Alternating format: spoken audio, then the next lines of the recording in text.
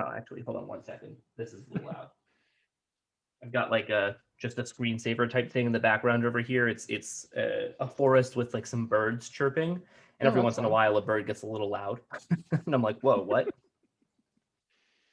But you had a pet. Yeah, just got a bunch of birds flying around overhead. No big deal.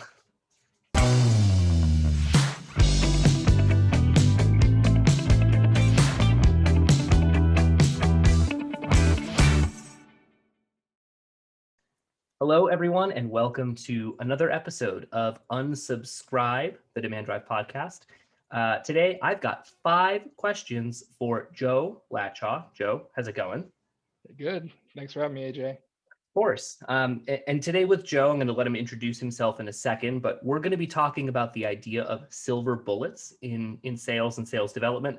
It's a topic that I have a lot of strong opinions about. It's a topic I know Joe has a lot of strong opinions about, so I'm excited to dive in. But before I ask you question one, Joe, tell the audience about who you are. Someone who doesn't know you, hasn't seen you on LinkedIn. What's your deal?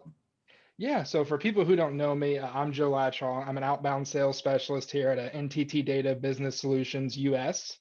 I've been in sales and marketing capacity for about 18 years now. So really, got a lot of experience, a lot of Nice, good nice. things, some bad habits learned along the way, but just really excited to get in the conversation. I think some things you'll pick up pretty early. I'm very driven, passionate about sales, and overall just getting people better and really kind of getting into the nitty gritty. And like I said, just giving people lots of takeaways.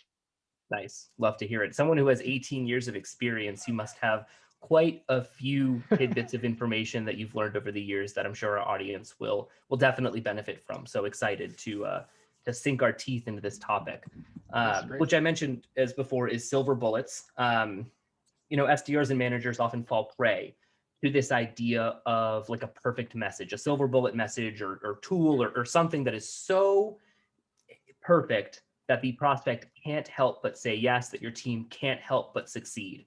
And I think I'm just going to rip the band-aid off right now. That doesn't exist. There's no perfect email. There's no perfect message, no perfect voicemail tool, whatever.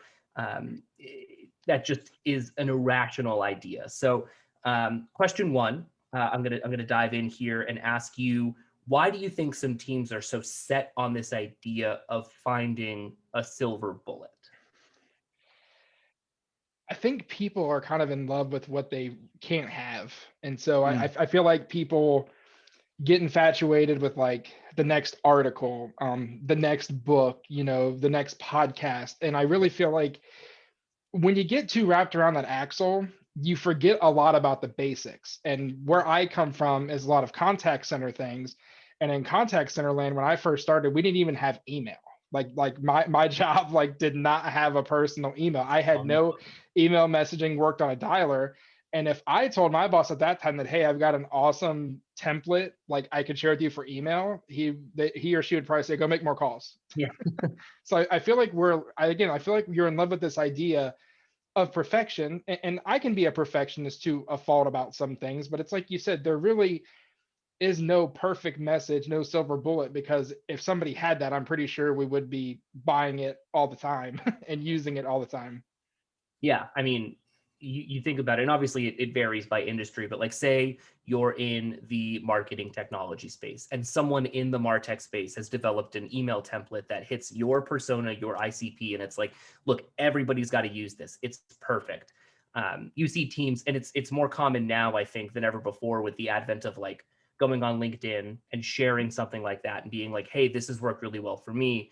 It gets adopted, people try it, and either it works for a while and then stops working, or it never works in the first place. And like you said, in the meantime, you've kind of taken the time and energy and effort away from activities that consistently drive results, whether it's picking up the phone and trying to book meetings there, whether it's using the messaging you already have. Like you've kind of taken almost an opportunity cost at trying something new, with the promise that it's perfect and it will solve all your problems, when like if you really just kind of take your rose colored glasses off, that's not the case.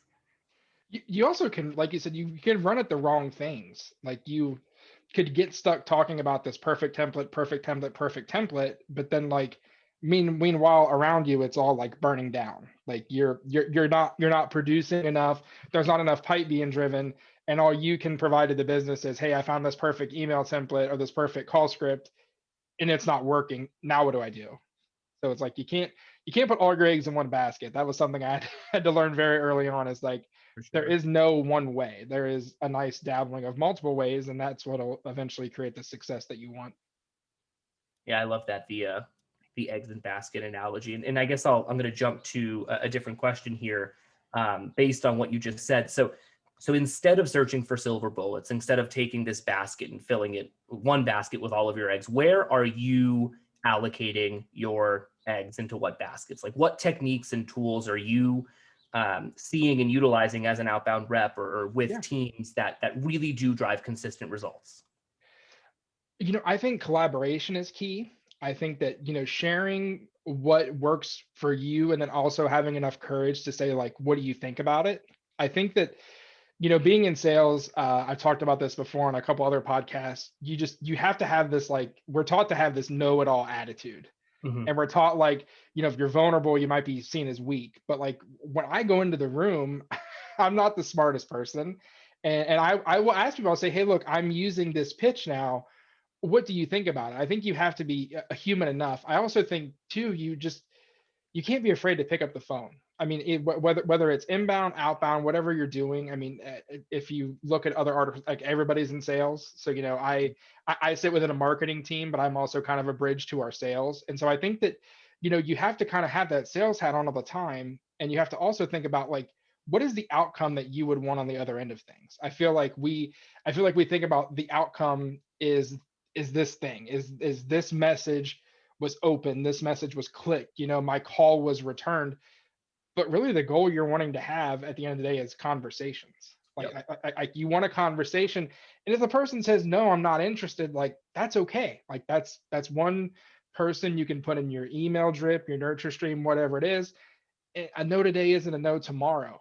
Another thing that we really like to utilize, we like to enable our folks internally.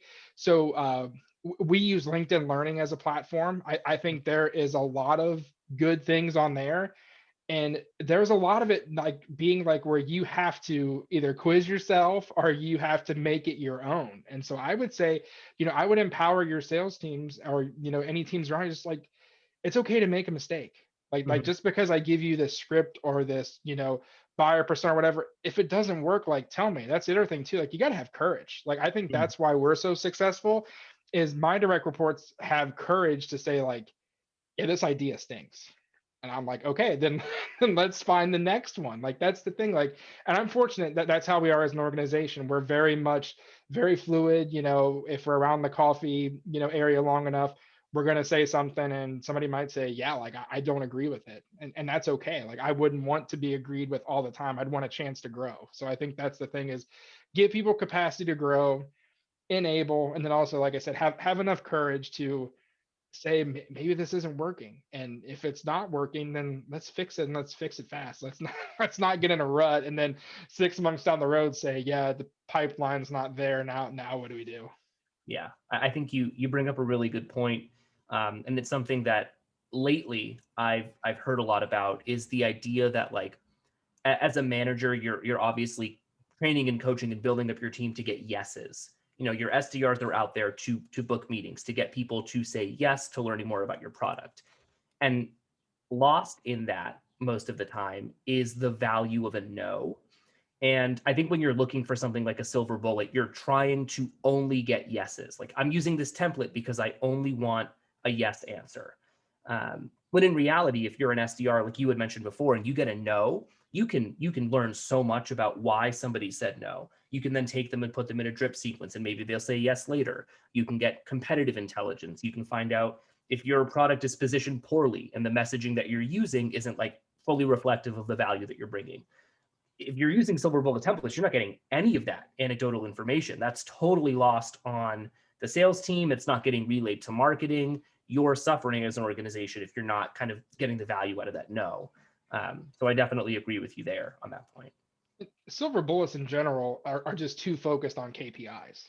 like Hmm. like like, like a silver bullet, it's not gray for a reason. it's a silver bullet. It's shiny. It's gonna go through all these things, gonna get you more yeses. But it is not like, it's just funny because I've read so many books, taken so many courses and all of these things, and like you leave, and most of it is things that you already know. And then Mhm. most of it is also too, it's claims that never fully became realized. And I can say like the 18 years that I have gathered stuff, I mean, there are probably like a handful of books and a handful of people who I would genuinely trust to keep pouring into me versus like all these things that you read and you should work 19 hours a day. You shouldn't take any vacations. If you're away from your computer too long, you're going to miss the next lead. Like there's all these things, and it's just like you really got to stop chasing that and realize that like sales is so much more. It's not just the number. And I know that people say this all the time, like you are not your number. Yeah. Like you're not, like you're you, and you have to mold whatever kind of messaging you're giving to your prospects to make them first like see you and trust you, and then you can get to where you want to go. Mhm. You can't immediately like, hey, AJ, I know you want to buy this software. I promise you it'll make your life easier. Let me get you over to our account executive. Hold on a second. And this kind of leads into a question about a quote that I heard, but you bring up the idea that like, silver bullets are silver, they're shiny. You love to use them, you love to see them succeed. But there's a quote that I found when I was doing some prep work for this podcast, and the quote is, "While seeking silver bullets, salespeople stop using lead bullets." And we kind of touched on this. Yeah. The lead bullets being those consistent, repetitive things that you're doing to generate leads. Um, Sentiment on that quote, yes or Yeah. no? How do you feel about it? Oh, I think I totally agree with that statement because if, like I said, if you think about it, if you're running at one thing, the other like five or six things are going by the wayside. So if you're saying I'm only going to focus on this hardcore group of things or this one thing, meanwhile, somebody might be wanting to talk about analytics software. Somebody might be talking about customer experience software, but I'm like, nope, I'm going at an ERP deal. I'm not paying any attention to this noise. I miss what's happening around me. And I think that's what you do. Like I said, when you get silver bullets, you get blinders, and you're only focused on how many leads, meetings, closed business deals can I get from this one thing. But then when that one thing starts to dull out, you kind of start to realize like I'm not doing things. And also too, I think it's a big thing when it comes down to productivity, because when you take away from your productivity, like it's just less at bats for you.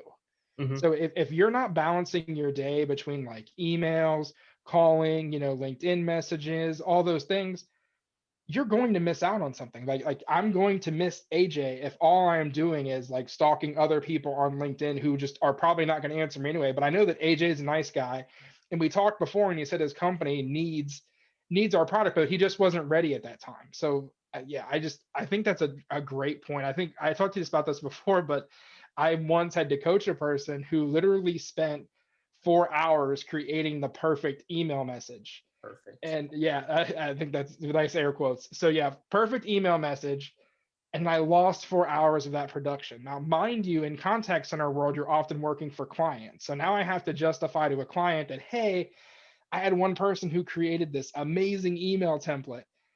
What do you think the first question is going to be? Did it work? How many calls did they make in Yeah, that time? yeah. How many calls did you make? And so again, I think it's a balance. Like I said, you can't get too wrapped around the KPIs. But if all you're doing is chasing silver bullets, you're completely missing the bigger picture of everything else. Like you're chasing like an impossible thing. Do you think there's any merit? And I just thought of this question as you were talking, but the idea that like when you're chasing the silver bullet, you said that it dulls over time. Maybe Yeah. it works for a hot minute and then stops. Um, do you think a silver bullet could ever dematerialize, might not be the right word, but like decay into a lead bullet? Like it's something that you've tried and it's a Yeah. flash in the pan, and then maybe you can build it as a consistent part of your lead gen process, but it doesn't actually work as that like silver bullet like you thought it might. Yeah. So I think where that was for me was like searching initially, like when searching for leads online, like, but this is before like LinkedIn, like this is doing like hardcore Going through Google the searches. yellow Yeah, pages. you gotta like find that. So thankfully, a client that I worked for invested in a Pardot system. They put a link on their website, and then we started getting inbound web leads into a queue. Like Hmm. that's a great example of me spending all these hours on Google trying to search for the right people.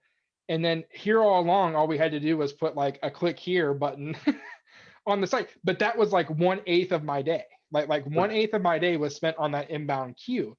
So yeah, I think it absolutely. I think you can, if anything else, it's going to really frustrate you. If you're doing a silver bullet thing and it's not working, Mhm. it's going to frustrate you and you're going to go to something else, but then you're going to come back and say, oh, oh my gosh, like that might be it. Like I might need to do this, but I can't just let like I can't let step A be the sole focus. I have to execute B, C, and D, and then A can fall in line with it. So yeah, I think that was a really good question, but I think totally you can do it. But like I said, you're gonna have to be persistent and you're gonna have to be really choosy about where you invest your time. I think that's a big thing with like SDRs. We really have to be careful about where you're investing your time because if it's not either pouring into you or returning for you, you're probably gonna have to make a change somewhere along the line to where you can get more things, more at bats, and overall just you'll become a better salesperson in time. Yeah. I mean, personal story from when I was an SDR, it was about, I want to say like 7 years ago now. I had taken the call plan that I had been running for the at Demand Drive. We work on behalf of clients to like build sales teams. So I was assigned to a client. I was making outbound prospecting activities on their behalf. And the call plan they gave me, I thought could use some tweaking. Me, the super smart 22-year-old kid who thought he knew everything. We all I do. took it. It's okay. Yeah. I took a look at it and I was like, there's realistically, I'm not doing enough like education. The call plan they gave me was really like just try and book the meeting as fast as you possibly can. So I went in and I sort of built in a couple of extra steps, wrote my own templates, um, and extended the cadence a bit more than the client had expected. And it took me basically a full day. Like I did not make a ton of dials that day. I didn't send a ton of emails. I spent a lot of time on this. And my project manager was like, what are you doing? Like, this isn't your job. You shouldn't be building out cadences. You need to use the cadence you're given and try and book meetings.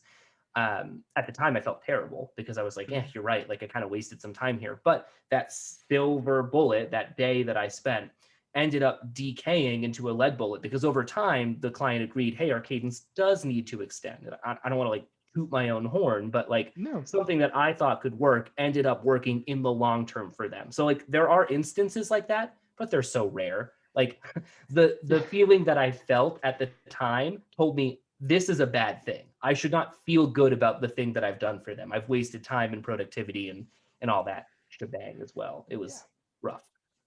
Well, and I think, if you're listening to this as an SDR manager, a leader, anything like that, you shouldn't make your team feel bad for using a silver For bullet. You sure. you you Didn't like really, yeah. I mean, here's the thing. I mean, I've learned a lot, and leading teams as small as one to over 100, you know, appreciation at the end of the day. So I would say, like, again, if you're listening to this, you have direct reports, like it's always best to err on they are seeking to help your business and right. productivity. Yeah, it's going to suck for a day and it's terrible and it's okay because you can eventually build it back over time. But it's like you said, if you don't commend that, then somebody gets really frustrated, disgruntled, and you could end up losing a really good rock star employee, to somebody else. But yeah, I've been in your shoes before where I've trimmed some things and created some things and took it to a leader and said, hey, like, hey boss, look what I did. And they're just like, trash. Go make more calls. Like, but then eventually, you start to get like singled out, and they're like, "Hey, what was that thing you talked about with, looking? What's a buyer persona?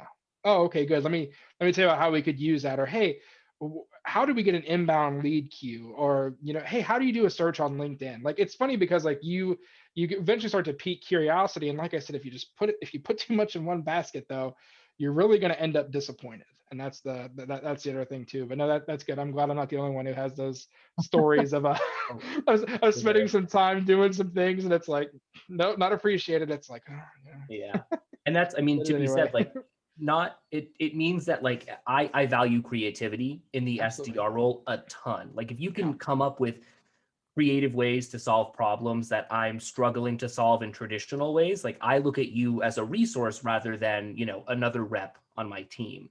So Mhm. this isn't to say that if you are an SDR and you're listening to this and you're like, maybe I shouldn't try to be creative. Like, no, definitely do it. Just know how to do it. Time blocking, consistent communication with your managers, like letting them know that you want to spend some time working on something that isn't necessarily outbound activity or revenue producing. Um, Doing it in secret's never good, but if you can be upfront about it and sort of, balance it with the rest of your day, by all means, I think it's a super valuable thing to attempt to do. Yeah, and if you're having one-on-ones, that's a great time too, because you have your manager, your leader's undivided attention. And I think, again, SDRs, listen up to this one, like try to come with some facts. Hmm. If you're bringing something to the table, try to explain what you think it could do. Even if you don't have concrete numbers, if you can explain some sort of a result, I am sure that your leaders would be willing to hear you out and even let you try things. I mean, I think that's the other thing too. You have to try it before you know what's going to work. And I feel like people just go all in on the silver bullet and forget about trying other new things. And I've tried a lot of things, and a lot of things didn't work. And so that's okay too. Like you said, creativity is so key, regardless of any role that you're in. If you're not creating, then you need to find something to stoke your fire. I like that.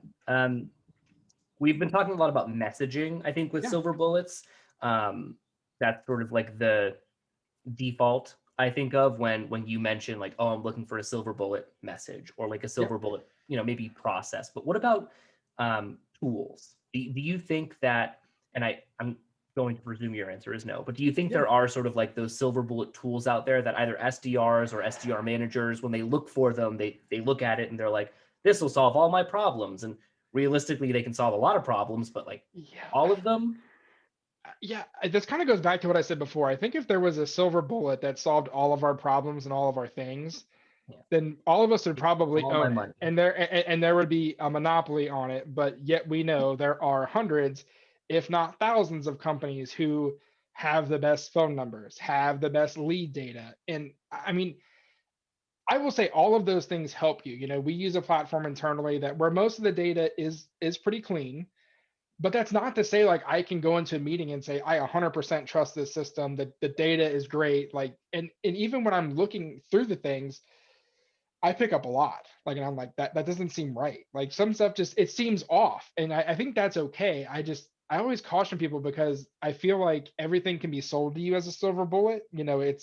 It's sold to us on TV, it's sold to us on ads, and it's sold to us as salespeople. We're on LinkedIn or we're on a site and it goes, hey, how would you like to get like 100 fantastic records? Oh, I would love that. They all want to buy my things. Like I'm ready. And then you buy it and then you're like, oh my gosh, like there's deceased people on this list and there's these people. They just said it was clean, meaning they ran it through their system. And so I think you have to be careful with silver bullet tools. I think there are great tools. I still don't feel like there is one tool that I would say that like can dramatically change things. I think you have to put probably multiple systems in place, which that also Mhm. kind of goes against things. Like you got to have one system that does everything. But I Right. think you have to have, I call it the perfect storm. You have to have a great system to research. You have to have a great platform that allows you to learn and grow, like a learning development system. You have to have great leadership who can trust you to make those mistakes. You have to have a great CRM that can capture all of your data in your pipeline. You have to have some sort of a report that shows that you did something. So right there's five things, Yeah. not one. There's five. Like you have to have it. And I get it. Some systems claim to do it all. I've used a lot of systems. There is not one single system that I could say does everything I needed to do. And I think there's a reason for that because there's creativity amongst the space, and Mhm. there's things that we know that system A can do that system B can't. And so then we have to buy systems A and B. And again, we're back to the discussion of going to our boss going, oh my gosh, I think I found the next silver bullet. Right. It's like, again, it comes down to collaboration. Like you have to be confident in being able to use multiple things to create an outcome. And I think this is true for outreach. You have to be confident in your email. You have to be confident in your tone when you talk to people. Like if you sound like Eeyore, nobody's gonna want to talk to you. You have to be confident in what you sell. Like it's all these things. Like you create the perfect storm. I used to think there was always a silver bullet. And when I worked in contact centers, I would say like I'm going to use script A and I'm going to get 10 widgets like sold today. Like I'm going to get it. And then we come to the end of the day and I sold one, and I would feel so miserable. And my boss is like, you made a lot of calls. I'm like, yeah, I got a lot of hangups too. But he's like, yeah, but those are people we didn't want to talk to anyway. I'm like, okay, so we got better data. Like Yeah. it's all how you look at it. But yeah, I'm to circle back. I think the answer is no. I don't think there is a silver bullet tool. I think there's lots of wonderful tools, and I would implore you, to look at them. Even if you're just an SDR, if you think there's a tool out there that can help your team, again, take it to a one-on-one, take it to a team meeting, and really show some value in it. And like I said, if you show enough value, I'm sure your company will at least get the trial, Yeah. I let mean, you pilot it. if you've looked at the market map that Tenbound has produced, Mhm. and for anyone who's listening, I'll make sure to drop a link there. But there's they've done a great job of just like condensing basically all of the different sales technologies that you could possibly think of into one PDF. And the logos at this point are so teeny tiny that it's almost impossible to distinguish. But there's just so much tech out there that, like, you're right, it's almost impossible to imagine that one thing can do everything when clearly so many people have tried or built best in breed solutions that do really specific things because they know you can't have one thing that does everything. So let me Yeah, focus on one thing and do it really, really, really well.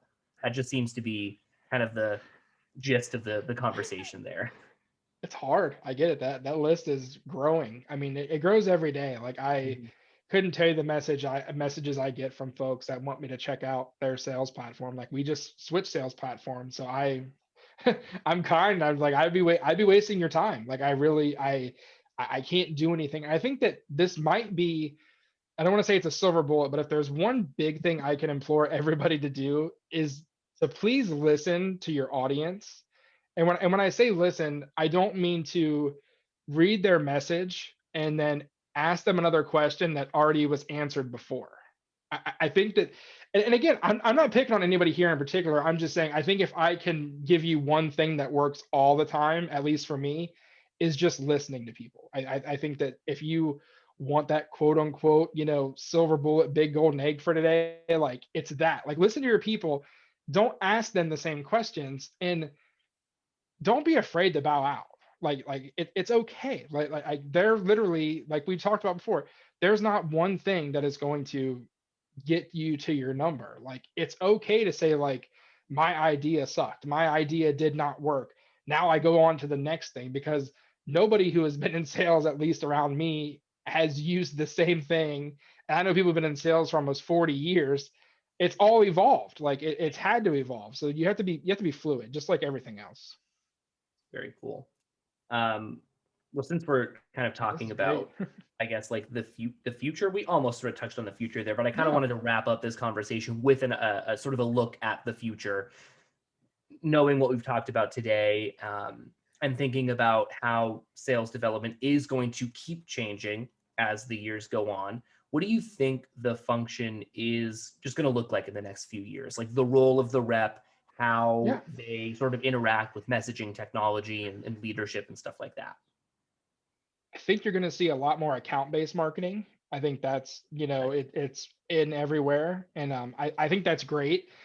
I think you're going to see a lot more personalization too. I think you're going to see people getting really creative, whether it's sending neat gifts if they can find your address and get you something really cool. Like I know we're in kind of this funky time, but Mm-hmm. companies do send out gifts, and sometimes they're really awesome. I read about a company. It was so cool. They sent out axes, and the axes had the person's name engraved in them, like on the wood handle. And then the note inside was, "Let us help you chop down the competition." Wow. And it's a conversation piece. Like you put it behind your desk and like, I see that axe up there. Like that's awesome.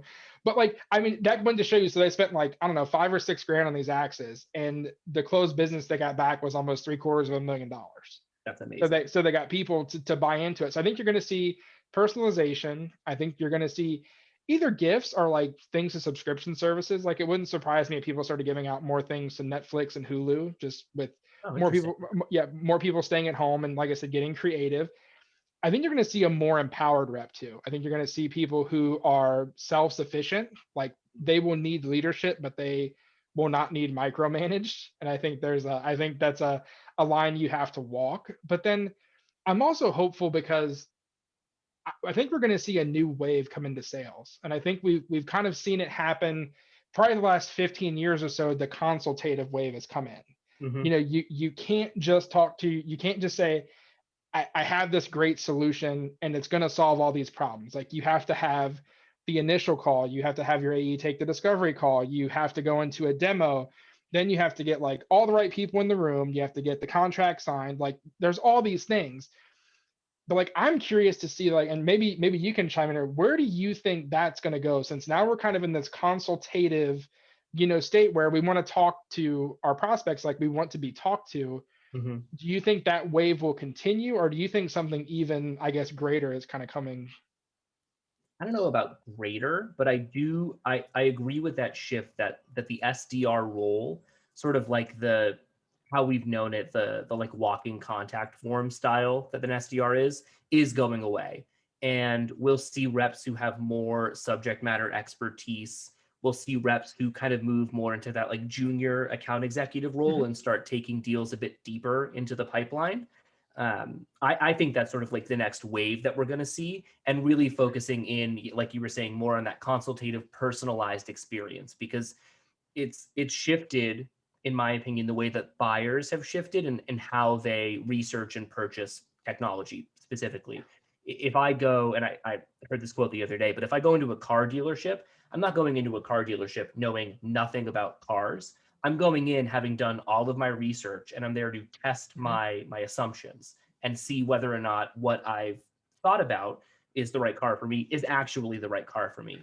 And Yeah. that translates over to tech sales Mhm. perfectly. I'm not looking at like a sales enablement tool because I don't know anything about sales enablement. I've done the research. I've looked at all of the competition. I've gone on Mhm. G2 Crowd. I've probably watched demos on YouTube, and I've downloaded 100 ebooks. And I'm going to you because I think that you're one of the top 2 or 3 vendors and I want a demo. So like how you interact with that person has to change. And that's when like a more knowledgeable Yeah. conversational rep comes into play.